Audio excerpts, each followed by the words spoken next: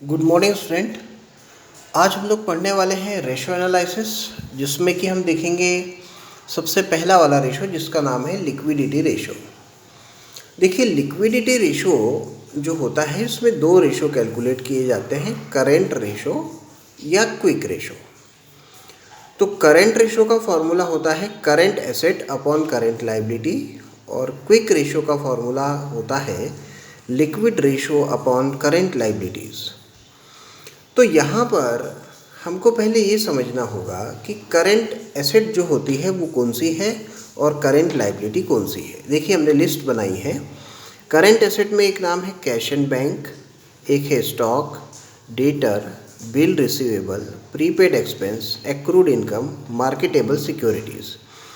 Current liability की बात करूँ तो उसमें आता है bank overdraft, creditor, bills payable, advance income, outstanding expenses और शॉर्ट टर्म प्रोविज़न। तो चूँकि ये सवाल रेशो का है तो यहाँ पर इससे रिलेटेड जो फॉर्मूले हैं वो भी हमें पता होने चाहिए। तो एक फार्मूला है वर्किंग कैपिटल का, जो होता है current asset minus current liability. Liquid asset क्या होती है? लिक्विड एसेट होती है जो करेंट एसेट होती है उसी में से लिक्विड एसेट निकलती है, पर उसमें से स्टॉक और प्रीपेड एक्सपेंसेस को छोड़ दिया जाए तो वही करंट एसेट आपके लिए लिक्विड एसेट बन जाती है। यानी लिक्विड एसेट वो होती है जिसको जनरली आप काफ़ी जल्दी कैश में कन्वर्ट कर सकते हैं। तो जैसे ये लिस्ट है, अगर मैं इसमें से स्टॉक को और प्रीपेड को छोड़ दूँ तो cash, bank, debtor, accrued income, marketable security अगर मैं इसको रख लूँ तो ये मेरे लिए क्या हो जाएगी? ये मेरे लिए लिक्विड एसेट हो जाएगी। तो अब यहाँ सवाल ये उठता है कि इसके क्वेश्चंस को किस तरीके से हमको सॉल्व करना है। तो हम वन बाय वन इसको भी देखते हैं अभी कि ये किस तरीके से सॉल्व किया जाएगा। तो अब आप समझ गए होंगे कि ये जो क्विक रेशो है इसी को कभी कभी एसिड टेस्ट रेशो भी बोलते हैं, लिक्विडिटी रेशो भी इसी को बोलते हैं। तो हम यहाँ क्वेश्चन को एक शुरू कर रहे हैं। सपोज हम एक क्वेश्चन लेते हैं जिसमें लिखा है कि आपके पास करंट रेशो पहले से गिवन है। सपोज करंट रेशो ये आपको गिवन है 2:1, और आपके पास वर्किंग कैपिटल है। सपोज ये 60,000 रुपये की है। अब आपसे क्वेश्चन में कहा जाएगा कि भाई फाइंड आउट करंट एसेट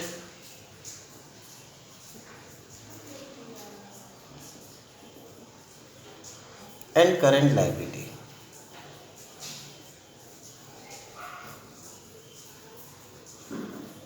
तो इस क्वेश्चन में क्या है, आपको रेशो ऑलरेडी गिवन है, आपको यहाँ पर करंट एसेट को निकाल के दिखाना है और करंट लायबिलिटी को निकाल के दिखाना है। जब ऐसा क्वेश्चन आता है तो आप ध्यान रखिए, जब पहले से रेशो गिवन हो और वर्किंग कैपिटल का अमाउंट गिवन हो, तो वर्किंग कैपिटल का फॉर्मूला है current asset minus current liability. यानी हम करंट एसेट में से करंट लायबिलिटी को माइनस कर दें तो हमारे पास वर्किंग कैपिटल में उस फॉर्मूले में हम इसका वैल्यूज रख सकते हैं। तो अगर मैं यहाँ पर पहले ये मानना पड़ेगा, क्योंकि करंट रेशो हमको गिवन है, तो हमको पता है करंट रेशो का मतलब होता है current asset upon current liability, यानी 2:1। अब हमको स्पष्ट होता है कि करंट एसेट 2 है और करंट लायबिलिटी 1 है। तो हम यहाँ पर बोल सकते हैं कि let the current asset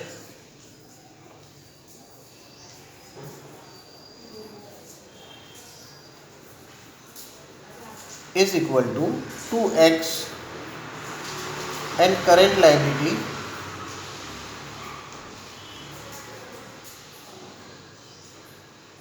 is equal to x। हमने x क्यों माना? क्योंकि रेशो हमको गिवन है। हमारे पास एसेट होती तो कोई बात ही नहीं थी, लेकिन हमको एसेट को निकालना है। तो जब ऐसा क्वेश्चन आए कि ऑलरेडी रेशो गिवन है और आपको एसेट निकालनी हो, तो पहले जो रेशो दिया है उससे आप x मान लें। ये इसका एक ट्रिक हो गया। अब यहाँ पर हम वर्किंग कैपिटल का फॉर्मूला लगा देते हैं, क्योंकि हमको वर्किंग कैपिटल जो है उसका वैल्यू गिवन है। तो हम यहाँ वर्किंग कैपिटल का फॉर्मूला मैं लगा रहा हूँ कि working capital is equal to current asset minus current liability. तो वर्किंग कैपिटल है 60,000, करंट एसेट हमको गिवन है 2x माइनस एक्स, इसको मैं सॉल्व करूं तो 60,000 इज इक्वल टू x आ जाएगा। तो x जो है वो किसका वैल्यू है, करंट लायबिलिटी का। तो हमको यहाँ पर क्वेश्चन में करंट लायबिलिटी मिल गई जो है अपने आप में 60,000। अब मुझे करंट एसेट पता करनी है, तो करंट एसेट मेरे पास कितनी होगी, तो वो 2x है, यानी 2 इंटू 60,000। तो मैं इसको सॉल्व करूं तो ये आ जाता है 1,20,000।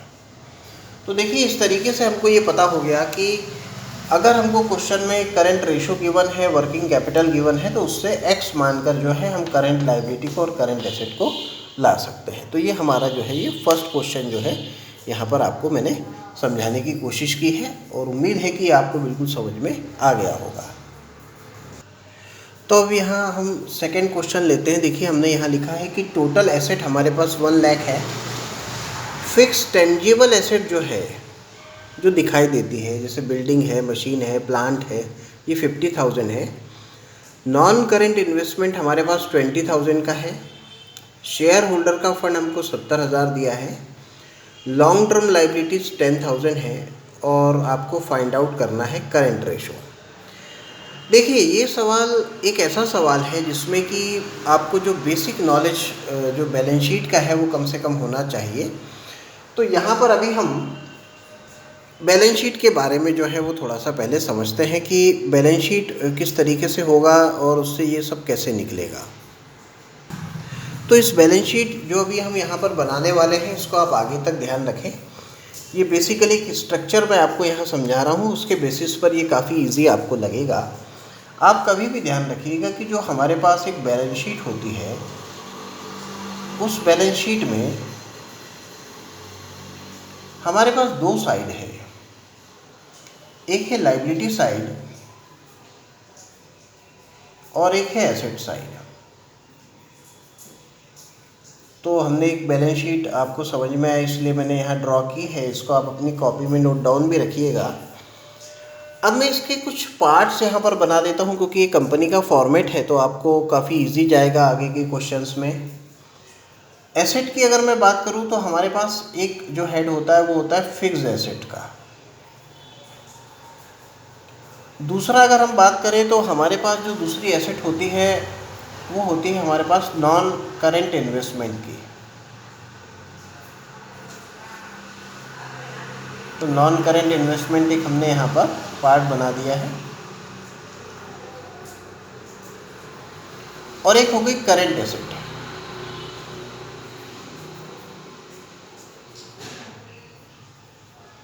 तो देखिए ये जो बैलेंस शीट है इसके मैंने एसेट साइड के 3 हिस्से आपको समझ में आए इसलिए बनाए हैं। पहला उसमें बनाया है मैंने फिक्स्ड एसेट, दूसरा बनाया है नॉन करेंट इन्वेस्टमेंट, तीसरा बनाया है करेंट एसेट। इन तीनों को जब हम जोड़ते हैं तो हमारे पास यहाँ पर टोटल एसेट आ जाता है या टोटल आ जाता है। यही जो टोटल होता है वो सेम टोटल होता है लायबिलिटी साइड का। तो अब जैसे हमने इसके 3 फ्रैक्शन यहाँ बनाए हैं वैसे ही अगर मैं 3 यहाँ लायबिलिटी साइड के बना दूँ तो इसमें एक पहला नाम होता है शेयर होल्डर्स फंड,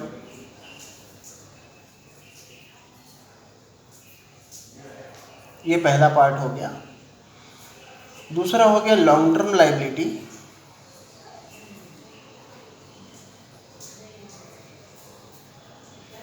और एक हो गई करेंट लायबिलिटी।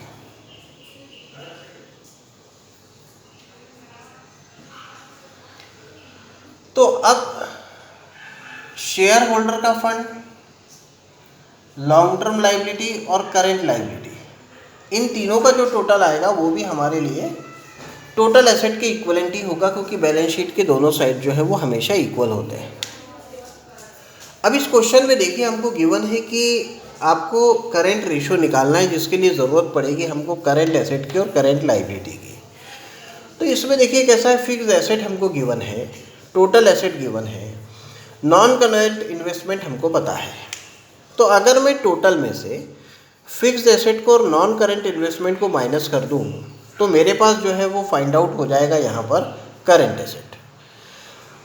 तो आप समझ गए होंगे कि मैं किस तरीके से, किस लॉजिक की बात कर रहा हूँ कि यहाँ मैं ये बात कर रहा हूँ कि अगर मैं इस टोटल में से गिवन फिक्स एसेट को और नॉन करेंट इन्वेस्टमेंट को घटा दूँ, क्योंकि ये तीनों से ही जुड़कर ये आया है, तो जब इसमें से मैं इन दोनों को घटा दूंगा तो मेरे पास क्या बच जाएगी, करंट एसेट। वैसे ही अगर मैं यहाँ इस टोटल में से जो कि एसेट का है वही सेम लाइबिलिटी का होगा, तो जब मैं इसमें से शेयर होल्डर के फंड को और लॉन्ग टर्म लाइबिलिटी को घटाऊंगा तो मेरे पास क्या बच जाएगा, करेंट लाइबिलिटी, और हमारा जो क्वेश्चन है वो सॉल्व हो जाएगा।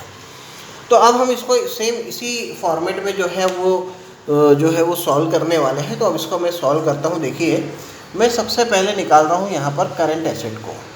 तो यहाँ का जो फॉर्मूला है वो आपने अब लिख लिया है, तो मैं इसको मिटा देता हूँ।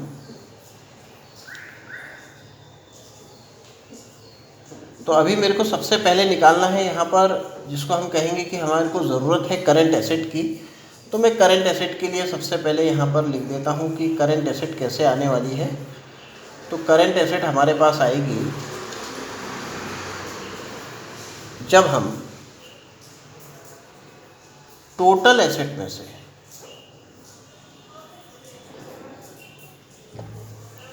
माइनस करेंगे फिक्स्ड एसेट्स को और साथ में माइनस करेंगे नॉन करेंट इन्वेस्टमेंट को।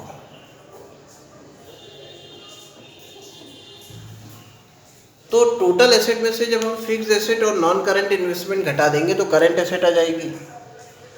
तो हम यहाँ पर देखते हैं कि भाई करेंट एसेट जो है वो कितनी आती है। तो टोटल एसेट है हमारे पास 1 लाख, उसमें हमारे पास जो फिक्स्ड एसेट है वो 50,000 की है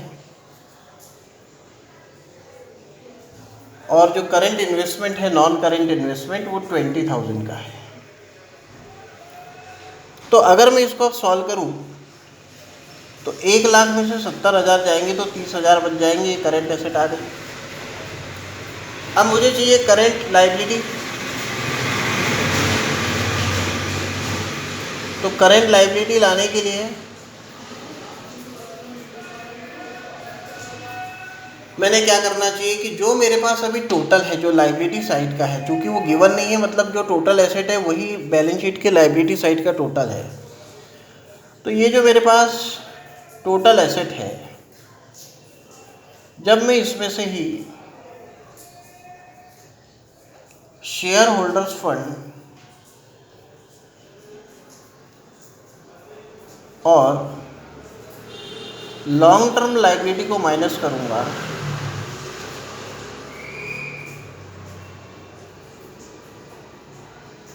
तो मेरे पास जो है वो यहाँ पर करंट लायबिलिटी जो है वो आ जाएगी। तो मेरे पास जो टोटल एसेट है वो 1 लाख है।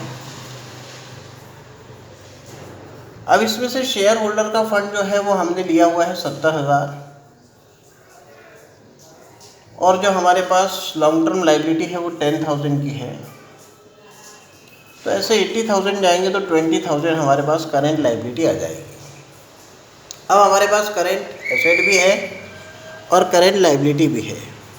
तो यहाँ पर अब हम जो है वो करंट रेशो का फॉर्मूला जो है वो लगा सकते हैं। तो हमने यहाँ लगाया करंट रेशो का formula, current ratio is equal to current asset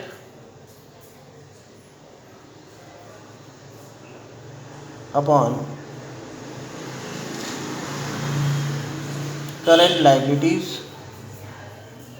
तो करंट एसेट हो गई 30,000, करंट लायबिलिटी हो गई 20,000। तो इसको अगर मैं कैंसिल करूँ पूरा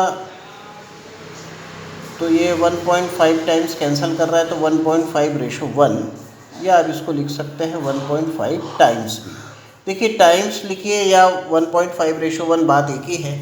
तो आप कभी भी करंट रेशो में जो है वो 1.5:1 भी लिख सकते हैं या 1.5 टाइम्स को भी यहाँ पर जो है वो लिख सकते हैं।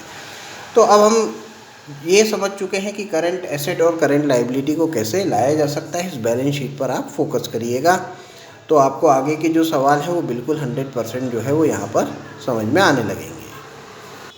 तो स्टूडेंट, अब हम यहाँ पर हमारा एक अगला सवाल लेते हैं। देखिए, इसमें लिखा है कि फाइंड आउट करंट रेशो। आपको वर्किंग कैपिटल गिवन है 80,000 की और करेंट लायबिलिटी गिवन है 20,000 की। तो अगर हम यहाँ पर बात करें कि इतना छोटा सवाल है, इसमें क्या नई चीज़ है, तो कुछ नहीं है, केवल आपको जो कॉन्सेप्ट है वो क्लियर होनी चाहिए और किस तरीके से आप उसको पूरा जो है वो यहाँ पर समझ पाएंगे और बहुत अच्छी तरीके से कॉन्सेप्ट क्लियर कर पाएँ, इसलिए मैं छोटी छोटी चीज़ें आपको समझा रहा हूँ। देखिए, करंट रेशो के लिए जो ज़रूरी है, करंट रेशो निकालने के लिए वो ज़रूरी है हमारे पास कि हमारे को चाहिए एक करंट एसेट। फॉर्मूला कभी भी आप ध्यान रखिएगा, जिसमें से हम माइनस कर देंगे करंट लायबिलिटीज़ को अपॉन करंट लायबिलिटीज, सॉरी। तो यहाँ मेरे पास करंट लायबिलिटी है, क्या नहीं है, करंट एसेट। अब चूंकि मेरे को वर्किंग कैपिटल गिवन है, तो जब मुझे वर्किंग कैपिटल गिवन होती है तो मुझे ये पता है कि वर्किंग कैपिटल का एक फॉर्मूला होता है जिसको हम लोग यहाँ पर कहते हैं current asset minus current liability. तो वर्किंग कैपिटल मेरे पास 80,000 की गिवन है, करंट एसेट मेरे पास है नहीं और करंट लायबिलिटी है मेरे पास 20,000। तो अब मैं इसको अगर ट्रांसफ़र करता हूँ इस साइड, तो ये 20,000 एड ऑन हो जाएगा is equal to current asset. तो मुझे पता हो जाएगा कि जो मेरी करंट एसेट है वो यहाँ पर है 1 लाख रुपीज़ की। तो अब मेरे पास करंट एसेट भी है, करंट लायबिलिटी भी है, तो मैं करंट रेशो का जो मेरा फॉर्मूला है उसमें मैं वैल्यू को पुट कर देता हूँ। करंट एसेट हो जाएगा 1 lakh divided by current liability 20,000। तो ये 5:1 में कैंसिल हो जाएगा, तो हम इसको ये 5:1 भी कह सकते हैं या फिर 5 टाइम्स भी कह सकते हैं। तो देखिए, ये भी एक तरीका है जिससे कि आप करंट रेशो को लेकर आपसे ये चीज़ पूछी जा सकती है। तो यहाँ पर देखिए स्टूडेंट, अब हमने एक नया क्वेश्चन लिया है जिसमें हमने लिखा है कि फाइंड आउट करंट रेशो। आपको लिक्विड एसेट गिवन है 60,000, इन्वेंट्री गिवन है 15,000, प्रीपेड एक्सपेंसेस है 5,000 और ट्रेड पेबल है 40,000। अब ये कॉन्सेप्ट भी आप समझ लीजिए कि लिक्विड एसेट हमको गिवन है 60,000, निकालना है करंट रेशो जिसका फॉर्मूला है current asset upon current liability. Trade payable जो है वो हमारे लिए ऑलरेडी गिवन है, ये हमारे लिए करंट लायबिलिटी है, नो डाउट। हमारे पास लिक्विड एसेट, इन्वेंट्री और प्रीपेड एक्सपेंस दिया है, इसका हम क्या करें, हम करंट एसेट कैसे लाएं। तो हमें पता है कि लिक्विड एसेट कैसे आती है। देखिए, हमने पहले सीखा है कि जो लिक्विड एसेट है वो कैसे आती है। तो अगर हम यहाँ समझें कि भाई लिक्विड एसेट अगर हमको लानी हो तो हमको क्या करना चाहिए, तो लिक्विड एसेट करंट एसेट में से ही आती है। तो जब हम करंट एसेट जो हमारा है उसमें से जब हम स्टॉक को यानी इन्वेंट्री को माइनस करते हैं और प्रीपेड एक्सपेंसेस अगर गिवन हो और अगर हम उसको माइनस करते हैं तो हमारे पास में यहाँ पर जो है वो लिक्विड एसेट आता है। तो क्वेश्चन में हमारे पास जो करंट एसेट है वो ऑलरेडी गिवन नहीं है, लिक्विड एसेट गिवन है 60,000, ये हमको गिवन है। स्टॉक की अगर मैं बात करूँ तो स्टॉक हमारे पास करंट एसेट मैंने जैसा कि वैसे ही लिखा है, स्टॉक हमारे पास गिवन है 15,000 और प्रीपेड एक्सपेंसेस है 5,000। अगर मैं इसको सॉल्व करूं तो ये कुछ ऐसा हो जाएगा 60,000 करंट एसेट, ये माइनस माइनस प्लस होना है पर आएगा 20,000। इसको मैं इधर भेज देता हूं, 60,000 plus 20,000 is equal to current asset. तो करंट एसेट यहाँ पर जो है वो हमारे पास आ गई 80,000 की। तो यहाँ पर देखिए एक शॉर्टकट हम बोल सकते हैं कि अगर हम लिक्विड एसेट में इन्वेंट्री और प्रीपेड एक्सपेंसेस को ऐड कर दें, देखिए फाइनली हुआ यही है, स्टॉक के 15,000 इधर ऐड हुए हैं, 5,000 भी ऐड हुए हैं, यानी 20,000 ऐड हुए हैं। तो इन्वेंट्री और प्रीपेड एक्सपेंसेस अगर लिक्विड एसेट में प्लस कर दिए जाए तो डायरेक्ट क्या आ जाती है, करंट एसेट। अगर आप ऐसा याद नहीं रख पाए तो आप इस फॉर्मूले को ध्यान रखिए, यहाँ से ये निकल जाएगा। अब हमारे पास में करंट एसेट भी है और साथ में करंट लायबिलिटी भी है, तो फॉर्मूला हमने लिख रखा है करंट रेशो का, current asset upon current liability. Value put कर देते हैं, करंट एसेट की हो गई 80,000 करेंट लाइबिलिटी ट्रेड पेबल्स आपको गिवन ही है 40,000 के, तो इस हिसाब से यहाँ पर जो रेशो आएगा वो 2:1 आ जाएगा। तो देखिए बहुत सिंपल मतलब जो है वो रेशोस होते हैं, इसका फॉर्मूला भी बार बार लगाने से हमको जो है वो याद होता रहता है। तो अब स्टूडेंट हम यहाँ पर एक आगे का क्वेश्चन लेते हैं। देखिए वर्किंग कैपिटल यहाँ पर 1,80,000 का है, टोटल डेप्ट आपके पास है 3,90,000, लॉन्ग टर्म डेप्ट है 3 lakh, calculate current ratio. Actually इसके लिए आपको ये समझना ज़रूरी है कि ये टोटल डेप्ट होता क्या है। देखिए टोटल डेप्ट का मतलब है कि कुल आपने कितना पैसा उधार लिया है, जो लॉन्ग टर्म के लिए भी है और शॉर्ट टर्म के लिए भी है। यानी हम लोग यहाँ कह सकते हैं कि जो टोटल डेप्ट है ये 2 चीज़ों से बना है, एक लॉन्ग टर्म लाइबिलिटी या डेप्ट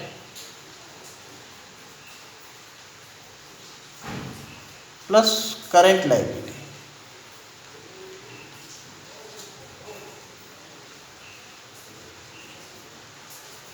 इन दोनों से मिलकर बनता है टोटल डेप्ट।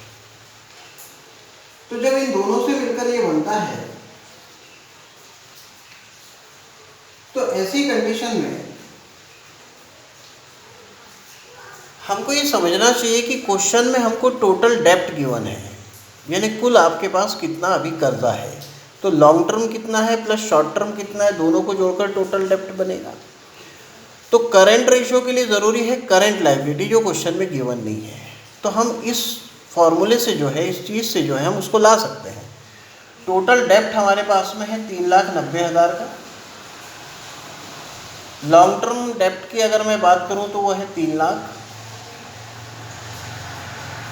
प्लस करेंट लाइबिलिटी मुझे पता नहीं है। अब मैं अगर सॉल्व करूं तो ये ऐसा हो जाएगा 3,90,000 minus 3 lakh is equal to current liability.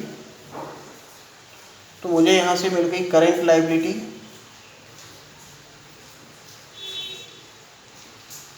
और जो मिल गई 90,000 की, 90,000 की मुझे मिल गई है। अब यहाँ पर जब करेंट लाइबिलिटी आ गई है तो मुझे ज़रूरत है करेंट एसेट की, तो मुझे वर्किंग कैपिटल गिवन है, तो मैं वर्किंग कैपिटल का जो है यहाँ पर फॉर्मूला लगा देता हूँ,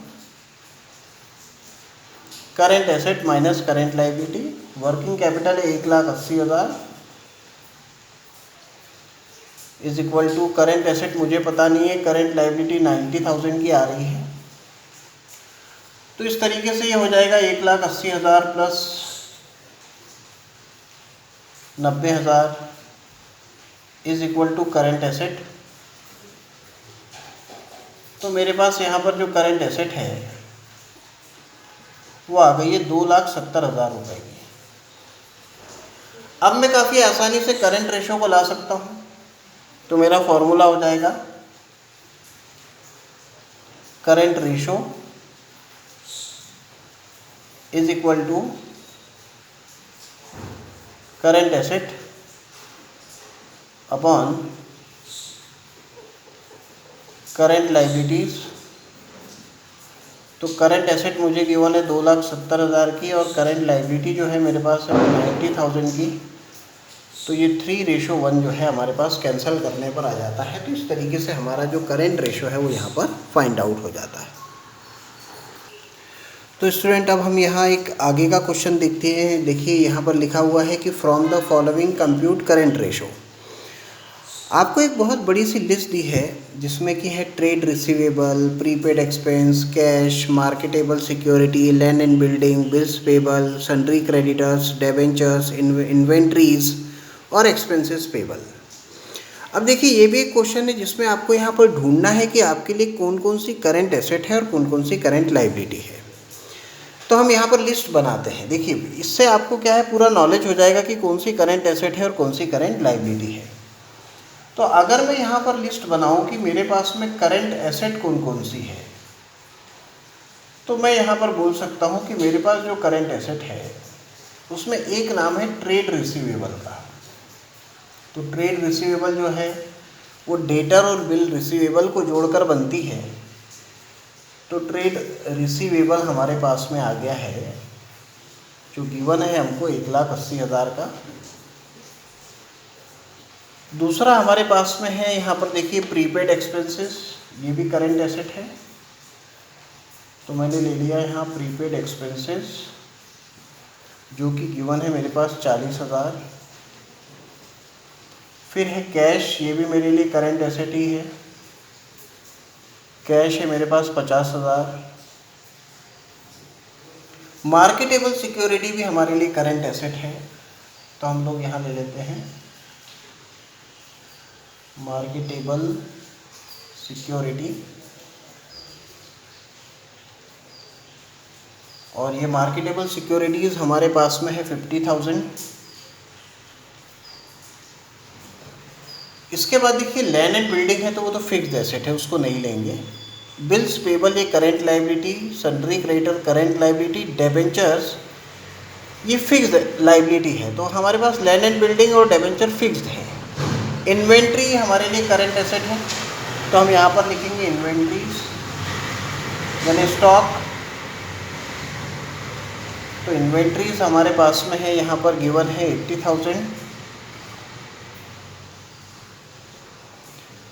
इसके बाद एक्सपेंसेस पेबल, तो ये लाइबिलिटी है, तो अब मैं इनका टोटल कर लेता हूँ। तो इसका टोटल अगर हम लगाएं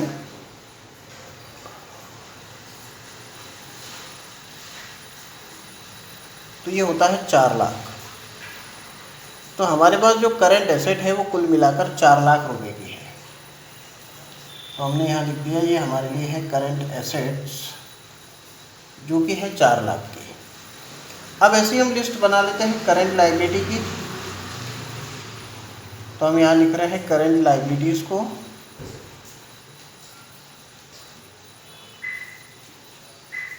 तो अब इस करंट लाइबिलिटी में देखिए हमारे पास था एक नाम जिसको हम कह रहे थे बिल्स पेबल। तो ये बिल्स पेबल हमको गिवन है 20,000 का। दूसरा है सन्ड्री क्रेडिटर्स,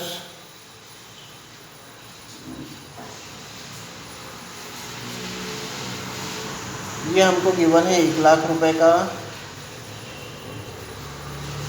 तीसरा है हमारे पास एक्सपेंसेस पेबल, जो आउटस्टैंडिंग है।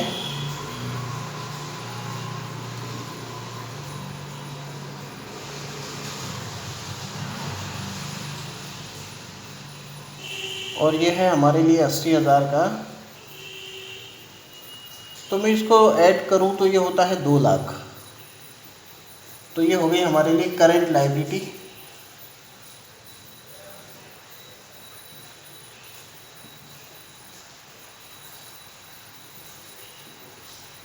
अब यदि मैं फॉर्मूला लगाता हूं करंट रेशो का, तो फॉर्मूला है current ratio is equal to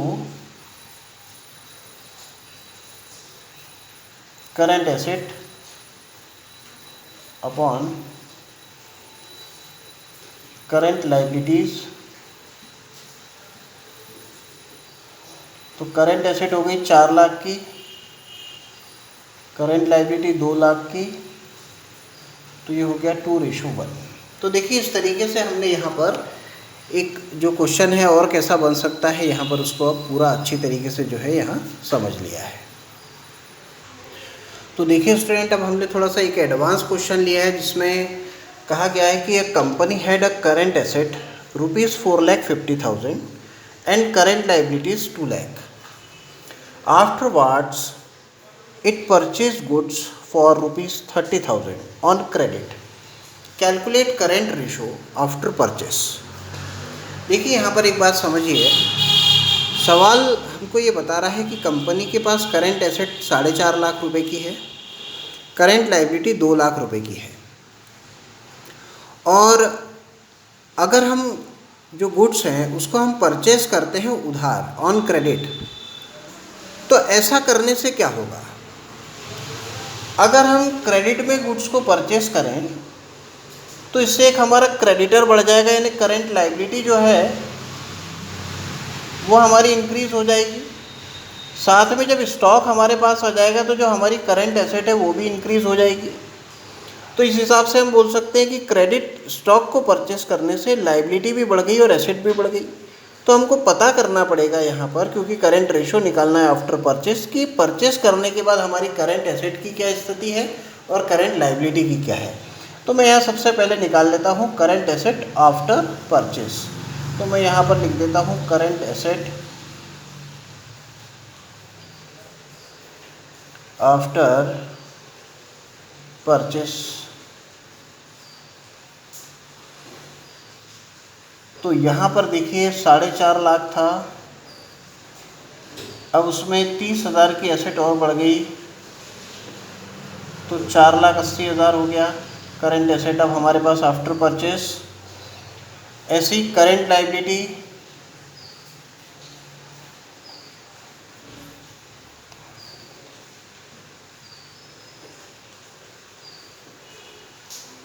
after purchase की अगर हम बात करें तो वो है 2 लाख प्लस 30,000 और, तो ऐसे हो गए 2,30,000। तो अब हम यहाँ पर निकाल सकते हैं करंट रेशो आफ्टर परचेस। तो मैं यहाँ पर फॉर्मूला लिख देता हूँ करंट रेशो का, जो कि है आपके पास current asset upon current liabilities. तो करंट एसेट है मेरे पास में 4,80,000 की और करंट लायबिलिटी है मेरे पास 2,30,000 की। तो मैं अगर इसको कैलकुलेट करूं तो 2.08:1 जो है हमको यहाँ पर आंसर मिल जाता है। तो देखिए इस तरीके से जो है हमने यहाँ पर रेशो के क्वेश्चन को समझने की कोशिश की है कि वो किस तरीके से जो है यहाँ पर इसको सॉल्व हो जाएगा। तो स्टूडेंट्स अब देखिए यहाँ पर हमने एक अगला क्वेश्चन लिया है, वो भी थोड़ा एडवांस टाइप है कि current liability of a company were 1,75,000 and its current ratio was 2:1। It paid 30,000 to creditors, calculate current ratio after payment. देखिए करंट रेशो निकालना है, आफ्टर पेमेंट निकालना है।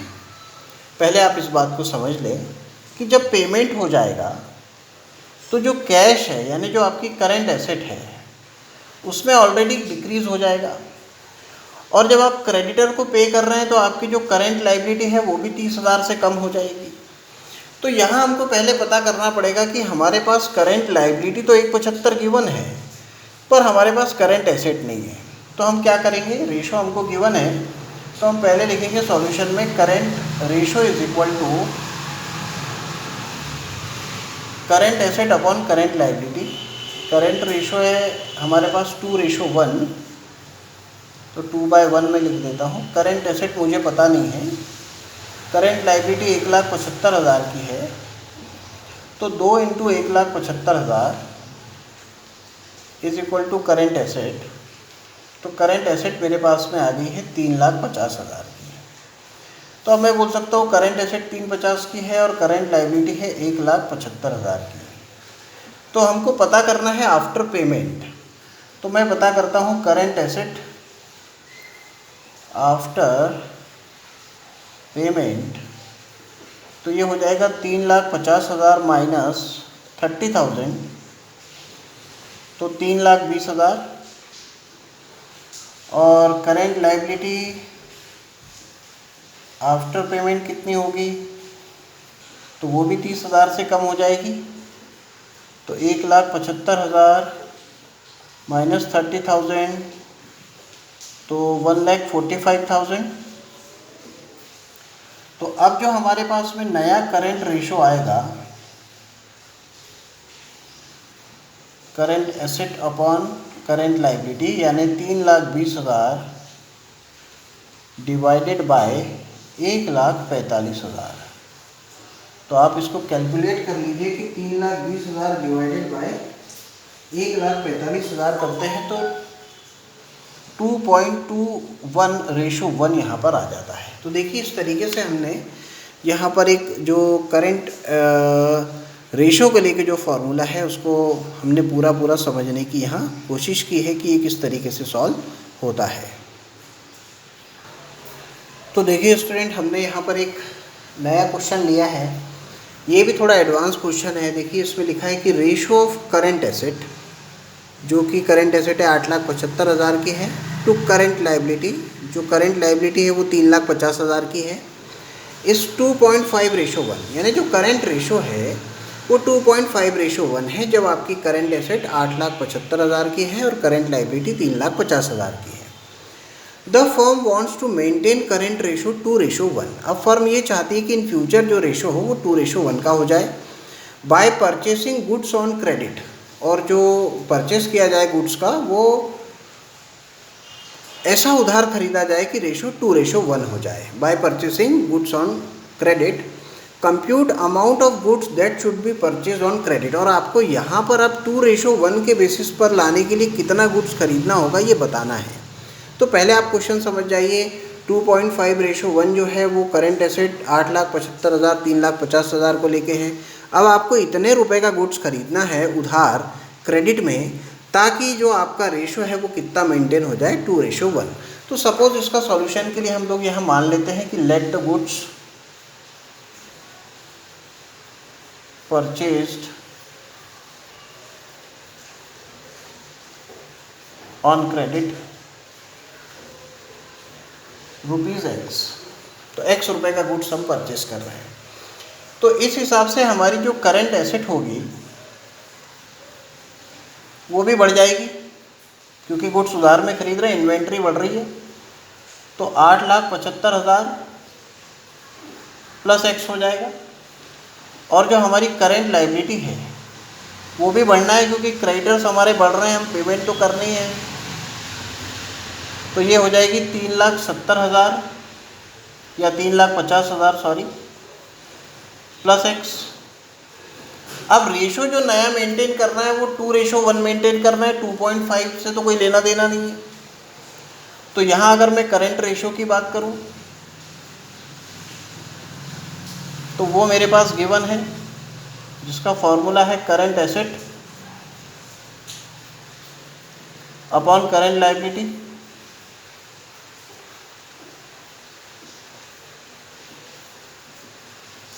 तो करंट रेशो में 2:1 ले रहा हूँ, करंट एसेट में नई वाली रखूँगा 8,75,000 प्लस X, करंट लाइबिलिटी रखूँगा 3,50,000 प्लस X। तो X जो है यहाँ पर वो उधारी में खरीदा हुआ क्रेडिट गुड्स है जिसको निकालना है। क्रॉस मल्टीप्लिकेशन कर लेते हैं हम यहाँ पर, तो 3,50,000 इंटू 2 होगा, तो ये हो जाएगा 7 लाख प्लस 2X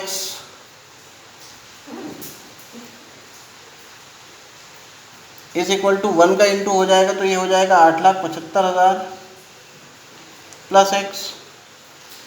अब 2X इधर ही रहेगा, X को इधर ले आते हैं और 8,75,000 में से इस 7 लाख को इधर ट्रांसफ़र कर देते हैं। तो जो X का वैल्यू आ रहा है वो आ रहा है 1,75,000। तो हम कहेंगे कि जो गुड्स परचेज ऑन क्रेडिट है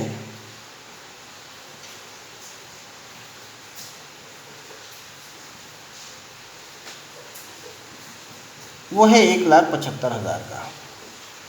तो देखिए इस तरीके से हमने जो एक एडवांस क्वेश्चन जो हो सकते थे करंट रेशो के, यहाँ पर उसको पूरे जो है वो समझ लिए हैं। आप इन सभी क्वेश्चंस की जो है बहुत अच्छी तरीके से प्रिपरेशन करिए और इन सभी क्वेश्चन को तैयार कर लीजिए।